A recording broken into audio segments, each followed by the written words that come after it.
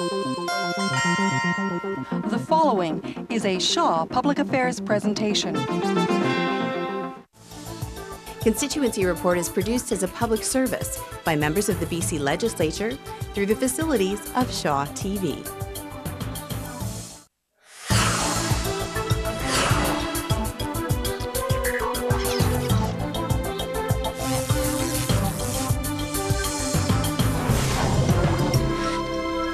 Hello and welcome to Constituency Report. I'm Tracy Palazzari, joined today here in the studio by Rob Howard. He is MLA for Richmond Centre. Welcome back. How are you? I'm great, Tracy. Glad to be here. Yeah, great to have you here, and a lot has happened since our last chat. Of course, we have a new Premier, Christy Clark, and she held a town hall, actually hosted by Richmond. How was the turnout? Well, it was fantastic. We're so happy to have the Premier there. She's doing outreach as she promised during her campaign.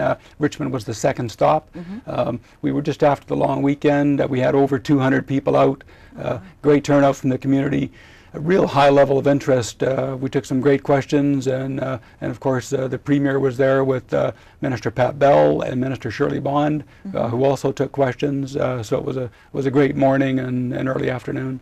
Yeah, what a great event, an opportunity for residents to bring up issues close to their heart directly to the Premier, ministers, their MLAs. Yeah, it's pretty unique. It was unscripted. You just throw the floor open and people get a chance to talk directly to the Premier and as you say, ask questions about issues that are important to them and their families. Yeah, that's terrific. Well, one of the first orders of business of the new Premier was to raise the minimum wage. How has that been received in the riding? Well, it's been very good. I think people just, felt it was time. It had been a while. There are a lot of restaurants in my riding of downtown Richmond, so there was some questions from some of the restaurant owners, but of course the restaurant staff were quite happy, and I think just a general mood of it was time for an increase. And I think the way we did it, where we staged it over some time, we also gave the restaurant owners some time to plan their business. Right. Incremental increase, yeah. And as far as the harmonized sales tax go, any change there as far as attitudes around the HST? Well, I think there has been a gradual acceptance, a growing acceptance of the HST. There's still a resistance. What I find is that if I have the opportunity to talk to people and review their specific issue with them, that I can shed some light. There's still a lot of misunderstanding. People still think that groceries are taxable. People still think that fuel is taxable. So as we get good information out, we find that people are more accepting of the tax. And there's a couple of just real examples. If you look at a grocery bill, and we say groceries aren't taxable, and they aren't, but if you bought some things on your list, like a broom, and if you bought some things that are non-food, the HST item appears on the bill and it's got an amount beside it. Right. So sometimes people would mistake that to think that they've paid HST on groceries, and they haven't. And quite often on the fuel bills, if HST does appear as an item, there'll be an HST offset credit as well that completely offsets it. So the more information we can get out, the better off we are. So I'm really looking forward to the next month or so when we can roll out an information campaign. We're trying really hard to make sure that people have the basic facts as they make their very important decision towards the end of June. Absolutely, for that mail-in ballot on the harmonized sales tax. Staying on the economic front, we're hearing so much lately about China and all the opportunities there. Can you tell us a bit more about that? Yeah, it's been remarkable to see from the high level. Our government is looking to Asia Pacific, both federal and provincial governments look to the Asia Pacific to continue to grow and diversify our economy. So it's extremely important, these trade relationships. We now attribute about 80,000 jobs to the Gateway. Right. We look to push that over 200,000 jobs over the next 10 years. Minister Pat Bell is a great example. He's had a real kind of laser-like focus. He's gone into China, selling trade missions, selling BC wood primarily. Right. And today, there are roughly 10 mills in British Columbia that are operating solely as a result of sales to China. Wow. So it's a real great example of how we can reduce our reliance on the American economy, which has not done us any favors in the last couple of years, reduce our reliance on the U.S. economy and start to focus on Asia Pacific. So remarkable success stories. And of course this province is well poised for that, but Richmond, and in particular my riding of Richmond Centre, we're the home of the international airport. Right. We have a really diverse ethnic base that has huge connections to China, Japan, Korea, and India, but China in particular. And so we've got this kind of cultural bridge built. The relationships are there. You know, our population understands how to do business over there. So there's a real opportunity for Richmond to play a leadership role in the province and the country when it comes to Asia-Pacific trade. Right. Well, speaking of those relationships, those partnerships, I know Richmond has a sister city in China. Tell us a bit about that city, and I know we have a photo to take a look at here, some delegates from that sister city. Yeah, it was excellent. This started actually back when I was on council and had the pleasure of being the council liaison to the sister city committee. And we looked at the whole country of China and tried to figure out where we could find a city that matched Richmond as much as you can match in terms of economic development, the travel and logistics, the economy. And of course in China, when you find cities that are similar to Richmond in all those categories, they're often much bigger than Richmond. Right, right. But we settled on a city that we struck a friendship relation with, Xiamen, Right. In kind of southern end of China. So that friendship city has been evolving over the last couple of years, and the photo that we just saw was the official Xiamen delegation coming to Richmond again, and this time the intent was to sign a letter of intent to become a full-blown sister city. So the relationship is maturing and growing and prospering. Yeah, absolutely. What were their impressions when they came to visit Richmond? Well, of course, everybody loves Richmond. Yeah. You know, I mean, they love the province, but Richmond in itself, the international airport, you know, first-class, world-class airport, the Canada line, some of the shopping experiences and Asian cuisine is the best on the planet. So they are, I think, a little surprised to come here and find that kind of ethnic mix and that kind of diversity here, and it's very great to see. Well, Richmond does have that wonderful cultural diversity, and I know Vaisakhi celebrations were held recently, and you were able to enjoy some of those. We did. We got to what is one of the larger Vaisakhi celebrations, I think, outside of India. Downtown Vancouver. It's just, again, remarkable to see. You know, you enjoy Vaisakhi, you enjoy Chinese New Year, Diwali, you know, Christmas and Easter get thrown in, and it's a very unique opportunity, I think, on the globe that you see in Richmond to experience all of these various cultures, and they're all within 1 and 2 miles of each other. And actually, you touched on Chinese New Year. We do have a couple of photos to take a look at. They're very colorful events and so much fun for the community. They're absolutely dynamic. The community gets right behind them, and it is great to see. Again, you look out into the audiences, and it's not just the Chinese population, not just Asian population at these events. There's a whole array of different ethnic backgrounds that come out and enjoy that multi-ethnic flavor. As I say, it's really remarkable. Yeah, were those celebrations in Richmond or Vancouver as well? Well, both. There would be probably no less than a dozen Chinese New Year celebrations in Richmond, and that might be understating it by quite a bit. We also get down to the Chinatown Chinese New Year Parade, and that's a lot of fun too. Yeah, absolutely. Another fun event featuring wonderful culinary delights, as we've touched on. Take a Bite of BC. Tell us a bit about that. Yeah, this was another remarkable event held in Richmond. The Richmond High School students, the culinary students, held a thank you. There's a program where agricultural food producers provide to the schools low-cost supplies, which give the students the real opportunity to work with the real thing and cook the real product. So they said thank you to those agricultural producers, invited them back out into the school, and cooked up a whole host of tasty morsels for them to sample. Very impressive. And the food was good? Well, I'm told it was great. I was stuck in Victoria during that time. But, see, you missed the good stuff. Yeah. Well, we have so many great cultural groups in Richmond, also many numerous types of organizations that have been supported by a boost to gaming grants. Tell us a bit about that $50 million boost. Yeah, it's been really great to see. You know, our all communities across British Columbia, these are sporting groups, all sorts of nonprofit and service providers that really leverage our investment. You know, so I think if we invest $1 or $2 of gaming grants in those organizations, they lever that, and they provide many more dollars worth of services, and that's those services that really help hold the community together.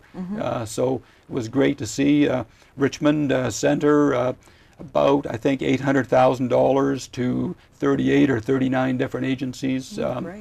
Really well spent money, well invested money, and I know it makes a huge difference. And we've actually received thank you calls and thank you letters from the organizations that receive those funds. So it was great to see. Yeah, we talk about organizations being supported, but it's really about the families as well, and part of that Families First agenda that the Premier has put forward. Well, that's right, and I should have made that extra connection that quite often these organizations are providing access to services that people wouldn't otherwise be able to afford, and often the government wouldn't be able to afford to pay for.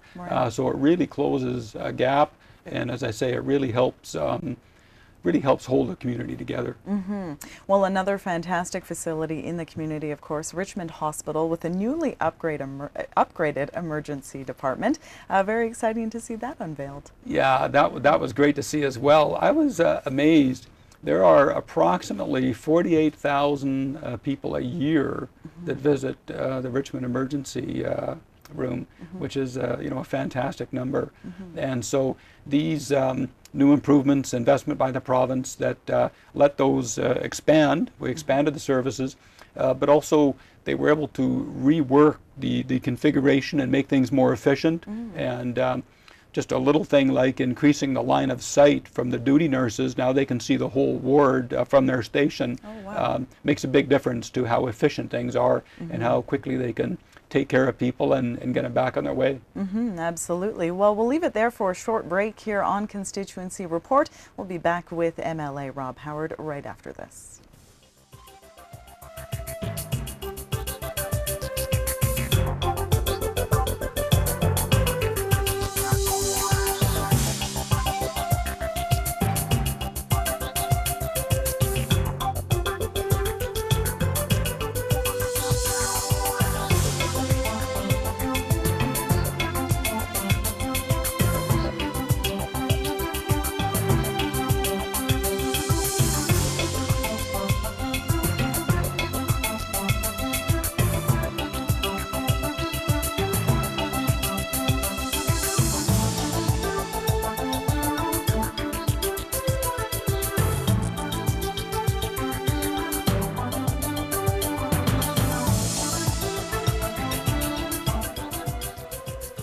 Welcome back to Constituency Report here on Shaw. I'm joined by Richmond Centre MLA Rob Howard. Continuing our discussion, Rob, turning to education. Well, we recently talked about a newly upgraded ER at Richmond Hospital, another wonderful new facility, state-of-the-art, Brighouse Elementary. Tell us a bit about that. Well, it's been a good year for sure. That was very nice. I actually went to the school back in '67, '68 in grade 7, so it was just really neat to see. I mean, this is a process that started with getting the kids' input.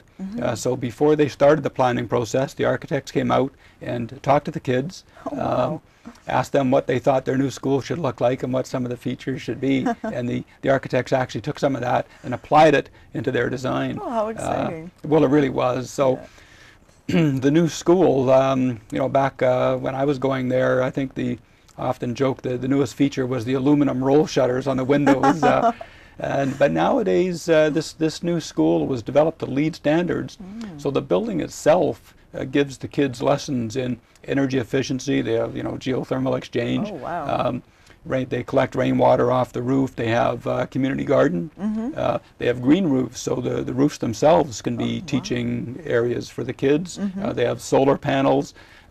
There's a tremendous use of light and glass, and the whole air conditioning and heating system is energy efficient, and it's smart, and it's healthier. Yeah. So one step after the other into this school, and it just unfolds into this remarkable story about a teaching environment. And the classrooms themselves are special. They have smart boards, and there's really, you can see how teaching in these kind of schools has moved on, you know, to the next generation for sure. Very exciting. Yeah, great to hear that the students had that input. That must have been lots of fun for them. We've recently heard that Richmond is going to be hosting a conference, the Canadian Sport Tourism Alliance Conference. How significant is this going to be for the city? Yeah, this is really remarkable, and I think this is part of, you know, harvesting the afterglow of the Olympics, because I think, well, I know that two assets in Richmond Centre that had a good impact on our success here. One was, of course, the Richmond Olympic Oval that will host some of the events during this conference, and also the Canada Line. So here's 300 sporting associations and tour groups that will come to a conference that's being held on the west coast of this country for the first time ever. Wow. So it's really significant. We're very excited about that. It's next April that'll happen, so we've got time to plan. Great.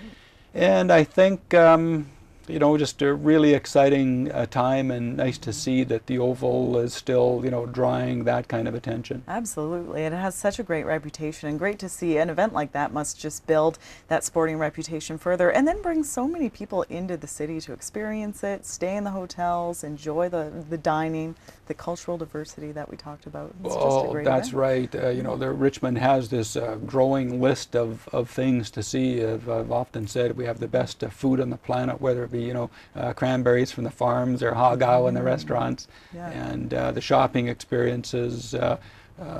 There's just a growing list of things for people to do in Richmond. So getting a group of the association heads and travel planning experts in Richmond to sample. Of course, then they go back to their area of the country and are able to share their stories and pique the interest of other people to come here as well. Absolutely. Well, transportation has always been a bit of a bright spot, and is the Canada Line still one of those great success stories? Yeah, the Canada Line that I've, you know, had the great pleasure of being involved with from start to finish. I was the council liaison to the original task force.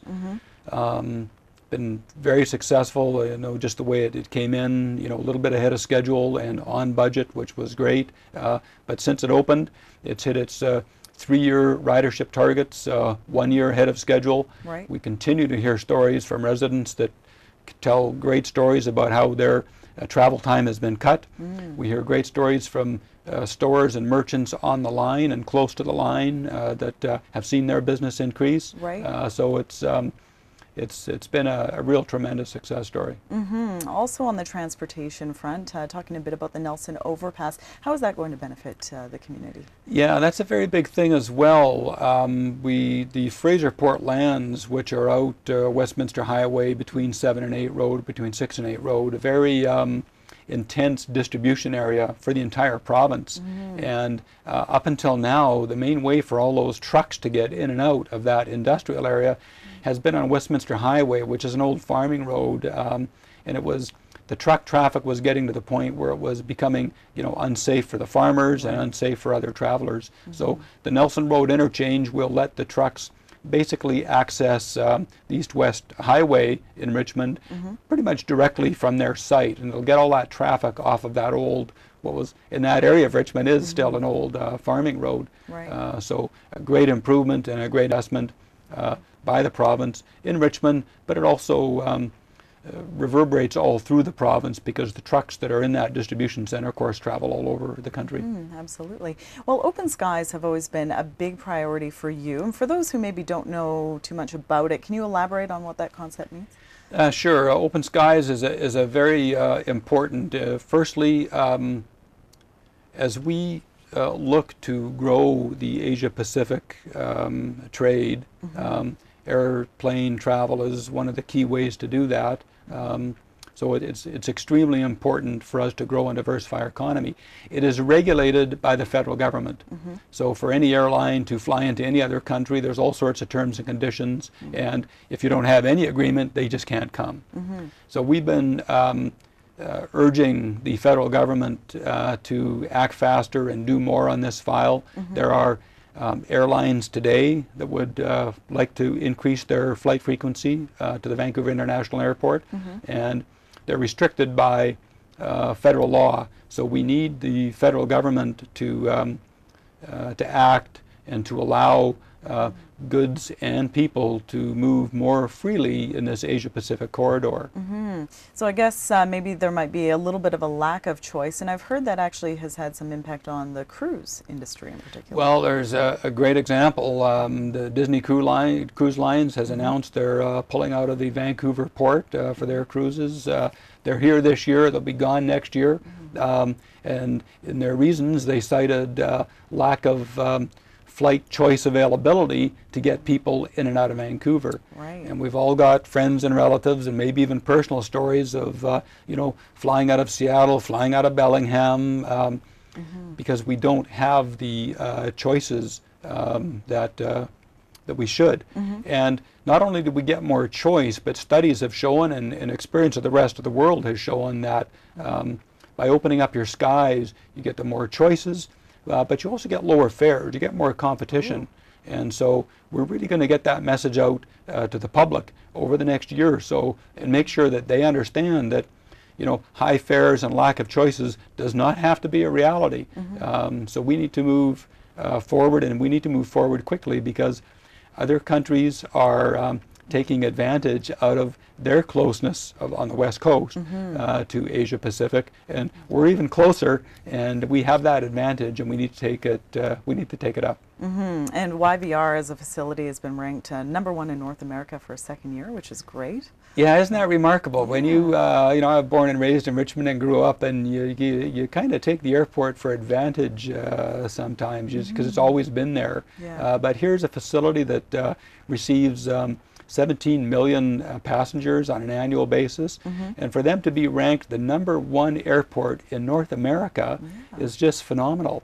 And it happens through Skytrax. They actually, so this is an independent company, they survey over 11 million passengers from 100 different countries, or over 100 different countries, and to have YVR, Vancouver International, come out on top of that really speaks volumes to the work that Larry Berg and Tony Gugliotta and the board of directors and their whole management team does. You know, day in, day out, they make that a world-class, first-class airport. Yeah, it's a wonderful facility for sure. There's been a lot of discussion about a proposed jet fuel pipeline. What's being proposed and some of the options around that? Yeah, there's an airline fuel consortium that has determined that, you know, if the airport's going to continue to grow, as we hope the Asia Pacific is, and the airport, they're going to have to increase their fuel capacity. The existing line comes through Burnaby. The existing line was planted in the ground over 40 years ago, so it's an aging infrastructure, and it doesn't have the capacity. And at some point it's going to need replacing. It's about a 40-kilometer long line now that comes through central Burnaby in an area that's over 40 years it's densified, and there's shopping centers and apartments and homes built along the line. So they need a new way to do it. They had come upon this way as they were going to bring tankers into the South Arm, dock around number 6 road, and pump the fuel across Richmond to the airport. It was on its way through the environmental assessment process. The started to get feedback that the public didn't know that that was the best route. They had looked at 14 options earlier in the process and settled on this one. So we're in the process now, I'm using the word process too much, of going back. They looked at 14 different possibilities. They themselves eliminated 13 and moved on to one. Right. I think what's happening now is they're going to take a breather in the process for 120 days and go back and look at the work that was done to determine what was the best option and either do some more work on that or at least better communicate to the public what the results of that led to. So they've just announced a 120-day pause in that process, and we look forward to moving forward. And I would, invite my constituents to let their views be known. Their views have, always been welcomed and available through government website or the airport website. Yes, well, speaking of websites, you might want to grab your pen. We're going to put Rob's website up in just a moment. And we also want to mention your social media. You've gotten on the Facebook, the Twitter, as I like to call it, and it's a really unique way of communicating, isn't it? It's been a remarkable learning experience, and I love it, but it takes some time to figure out how it works. So we're experimenting on a daily basis. We're trying to get more videos up. That's a great way to communicate with people. So we're having fun with it for sure. Yeah, absolutely. You're doing a great job so far. Well, my thanks to Rob Howard today, MLA for Richmond Centre, and we're going to pop that website up on the screen if you'd like to grab a pen and paper. www.robhowardmla.bc.ca, and as I mentioned, you can check out Rob's channels on Facebook as well and on twitter.com. Very easy to track him down and find out about all the latest news and happenings, videos, all sorts of things happening in Richmond Centre. My thanks to MLA Rob Howard today. Thanks so much for being here. My pleasure to join you again. A great chat as always, and join us again next time for Constituency Report.